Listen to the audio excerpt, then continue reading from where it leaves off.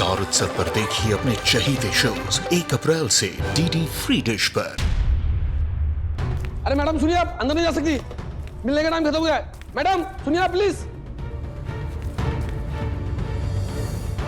Security, अंदर एक ladies आ गई है, जल्दी आओ, बाहर निकालो।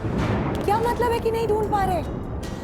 माय गॉड, आपको कहा था ना निगरानी रखने के लिए, फिर गायब कहाँ हो गए? कुछ नहीं पता। अरे मैं बैठा था उनके पास, मुझे किसी का फोन आया।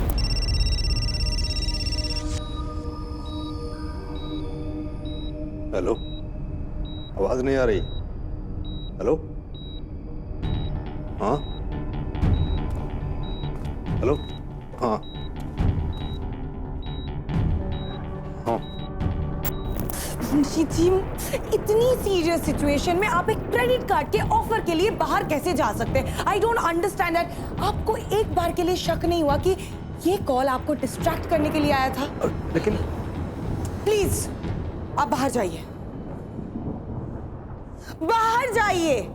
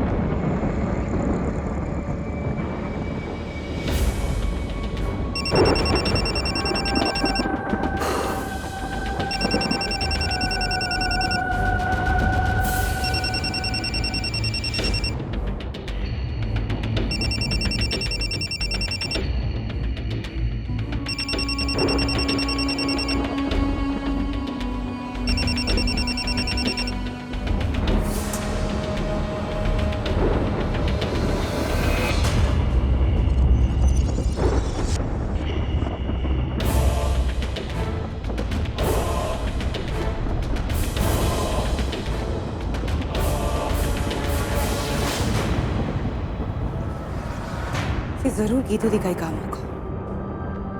वो और राजवीर साथ में मिलके डबल गेम खेल रहे, मुझे वापस से बेवकूफ बनाने की कोशिश कर रहे हैं। बक्कर बक्कर बम्बे वो 80 90 पूरे 100। प्रियम देख देख देख प्रियम, हमारे कोई खेल नहीं खेलना। मैं हाथ जोड़ती हूँ तेरे सामने, माफ कर मुझे। Wrong answer. मैंने पहले ही कहा था ना चंदा, वॉर्न भी किया था गेम शुरू करने से पहले। अब गेम शुरू किया तो खत्म तो करनी पड़ेगी। गेम का रूल है और गेम का रूल कोई नहीं तोड़ सकता, कोई भी नहीं। चंदा, चंदा। मालकिन, वो चंदा को मैंने थोड़ी देर पहले प्रियम के कमरे में जाते हुए देखा था। आप कहें तो मैं बुलाऊं? नहीं, मैं ही बुला लूंगी। तुम ऐसा करो, थोड़ा पानी गर्म कर दो, पीठ सेकनी है, दर्द हो रहा है। जी मालकिन, मैं लाता हूँ। मैं जा रही हूँ। मैं जानता हूँ तुम्हें डर लग रहा है, मुझे भी लग रहा है। मुझे भी ये गेम रोकनी है, लेकिन नहीं रोक सकता। अगर रोक दिया तो मर जाऊंगा मैं, और अगर ऐसे ही चलता रहा तो तुम मर जाओगी। हाँ, यही तरीका है इस गेम को खत्म करने का। या तो तुम्हारी मौत या मेरी। हमें खेलना ही होगा जब तक हम दोनों में से कोई मर ना जाए। अक्कड़ बक्कड़ बम्बे बो 80 90 पूरे 100। 100 में लगा धागा, चोर निकल के भागा। चंदा तू यहाँ है? चोर निकल के भागा।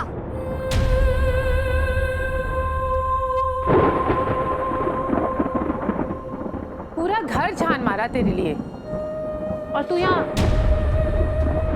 ये ऐसे भूत की तरह क्यों देख रही है मुझे?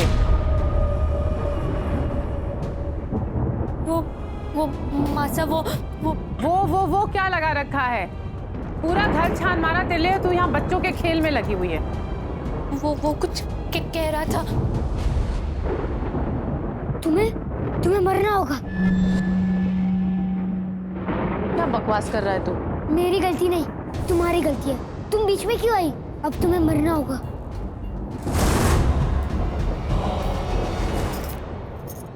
मेरी पीठ में दर्द हो रहा है। सेवक राम को कहा है पानी गर्म करने के लिए। तू जरा सरसों का तेल लेकर आ जा, जल्दी कर।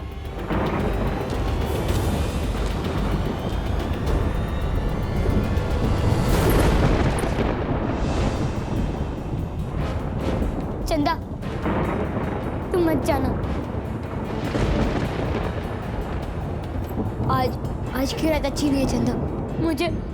मुझे बहुत डर लग रहा है। तुम कहीं मत जाना चंदा, प्लीज। तुम कहीं मत जाना। क्या? हम अभी आ रहे हैं। हाँ। क्या हुआ? इतने परेशान क्यों लग रहे हैं? अभिमन्यु का फोन आया। उसे पता चल गया कि वो चमकी ही गीतांजलि है। क्या? धोखा दिया उसने। हम सबको धोखा दिया उसने। उसे किसी सुरक्षित जगह पर ले गया था ताकि कोर्ट में उसे कल पेश कर पाए। हमला हो गया उस पर। लड़की दौड़ गई। इसी अफरा तफरी में अभिमन्यु को चोटें आई हैं।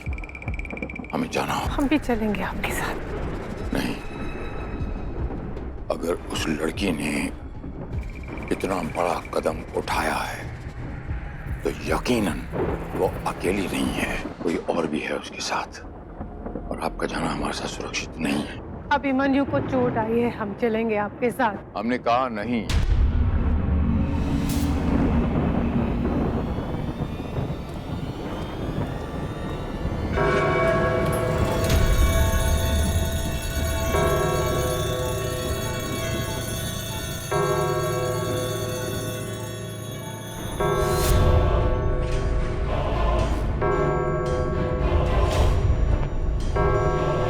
मालकिन,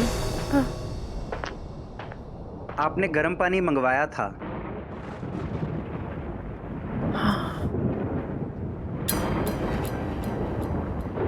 वो चंदा को कमरे में भेज देना। जी मालकिन।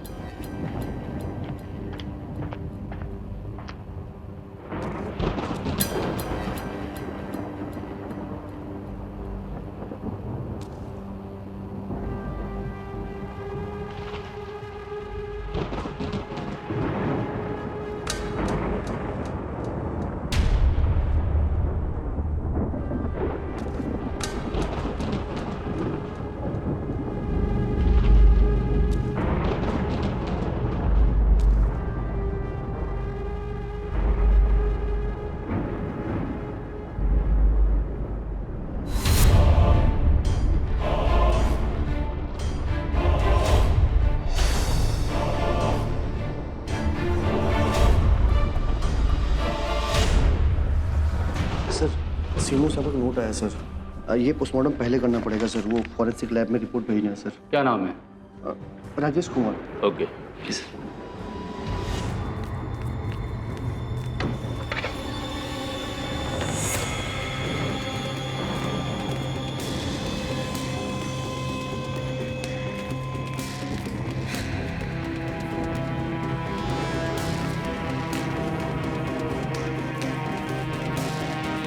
रुकिए मैडम, आप अंदर नहीं जा सकती। नहीं, मेरा अंदर जाना बहुत जरूरी है। मेरी बात समझने की कोशिश कीजिए प्लीज मुझे जाने दीजिए। देखिए मैडम, आप बिना इजाजत के अंदर आई हैं। विजिटिंग आवर्स खत्म हो चुके हैं। अगर आप यहाँ से बाहर नहीं गई तो हमें पुलिस को फोन करना पड़ेगा। मैं जानती हूँ ये गलत है, लेकिन अब समझिए बहुत जरूरी है। प्लीज मुझे मत रोकिए प्लीज। देखिए मैडम, हम आपको बार बार नहीं कहेंगे। प्लीज आप समझने की कोशिश क्यों नहीं कर रहे हैं? मेरी बात तो समझिए।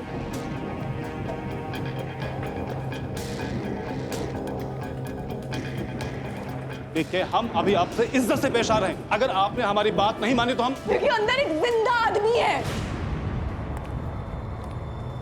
मॉर्ग में एक जिंदा आदमी है। मैं नहीं उसे बचाने गई तो उसका पोस्टमार्टम कर देगी जिंदा आदमी का। जिंदा आदमी?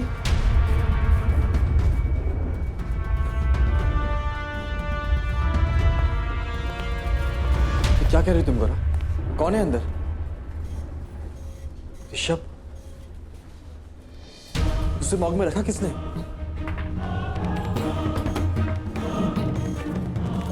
अरे मैडम रुकिए, कहाँ जा रही है अंदर? अरे ये सब क्या है? कौन है आप? अरे अंदर कैसे आ गई अब? ये तरीका ठीक नहीं है। सिक्योरिटी,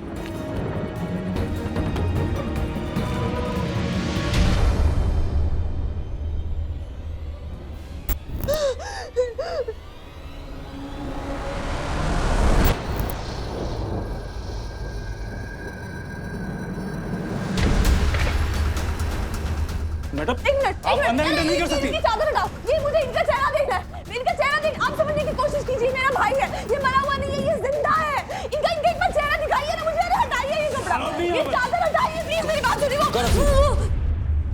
क्या ये ऋषभ है?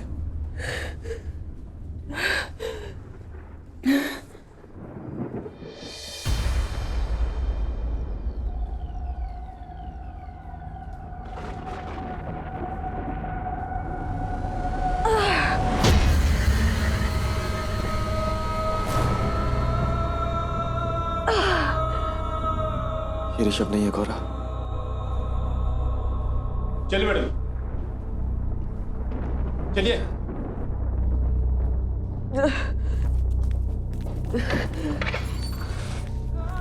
Thank you. अब अंदर आने की कोशिश की तो हमें आपके खिलाफ एक्शन लेना पड़ेगा। रिसेप्शनिस्ट ने भी आपको रोका था, लेकिन आपने सुना नहीं। पानी मिलेगा प्लीज? ठीक है।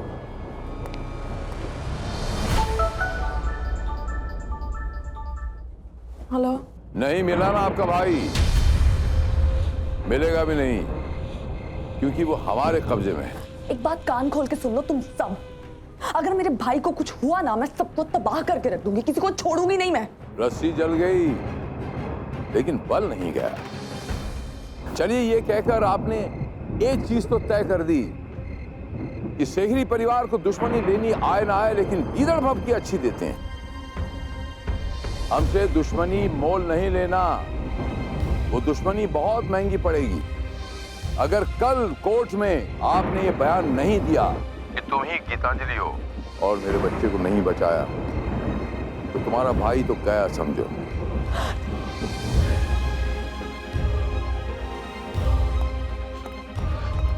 गौरा, गौरा मेरी बात सुन। मुझे तुम्हें बहुत कुछ बताना है, बहुत कुछ है जो तुम नहीं जानती। गौरा, ठीक कहा तुमने, बहुत कुछ ऐसा जो मैं नहीं जानती। मैं ये नहीं जानती थी कि जितना मैंने सोचा तुम उससे कहीं ज्यादा गिरे हुए हो।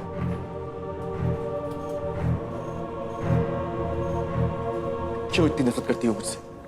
क्या गलती हो गई है मुझसे? बस इतनी कि मैं तुमसे जी जान से मोहब्बत करता हूँ। क्या चाहते क्या हो तुम? हाँ, बहुत मजा आ रहा है तुम्हें सारी दुनिया के सामने ये प्यार प्यार की एक्टिंग करके। या ये देखना चाहते हो कि कहीं ये बेवकूफ गीतांजलि अब तक भी कहीं मुझसे प्यार तो नहीं करती? किसी खुशफहमी में मत रहना मिस्टर अभिमन्यु सिंह राठौर, क्योंकि एक लड़की को तुम बार बार पागल नहीं बना सकते। प्यार तो दूर, नफरत करती हूँ मैं तुमसे। इतनी नफरत करती हूँ कि अपनी आंखों के सामने तुम्हें बर्बाद होते हुए देखना चाहती हूँ, समझे तुम? पास मत आना मेरे, तुम्हारी नजदीकी बर्दाश्त नहीं होती मुझसे। दफा हो जाओ यहां से।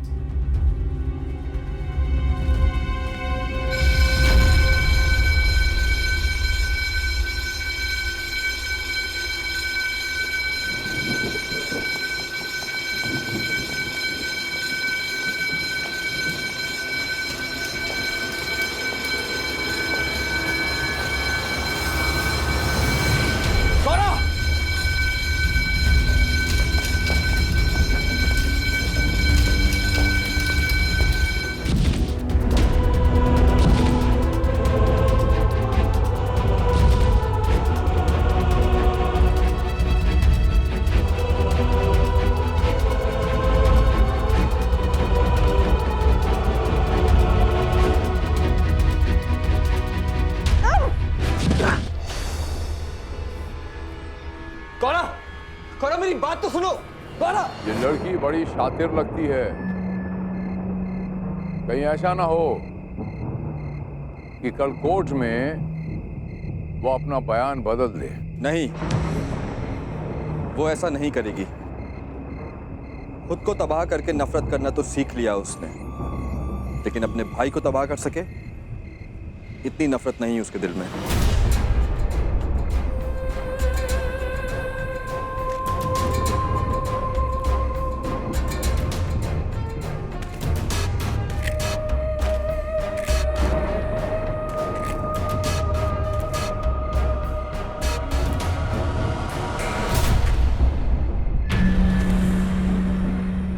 शायद तुम सही कह रहे हो।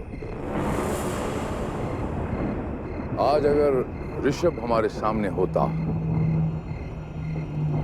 तब मुझे पूरा यकीन होता कि वाकई हमारा बेटा काबिल है। एक अच्छा सिपाही वही होता है जो बुरी से बुरी परिस्थिति के लिए भी तैयार रहता है। कितनी बार मैंने आपको प्रूफ किया, अब भी आपको यकीन नहीं कि मैं आपका लायक बेटा हूं? तुम हकला रहे हो? तुमने तो कभी नहीं हकलाया। कहीं डर के मारे तो नहीं? याद रखना अभिमन्यु, हमें अपने बेटे को फांसी पर चढ़ाना मंजूर है, लेकिन शेखरी परिवार के हाथों मात खाना नहीं। जाओ और जाके ढूंढो ऋषभ को। कहां गायब हो गया वो? जमीन खा गई, आसमान निकल गया।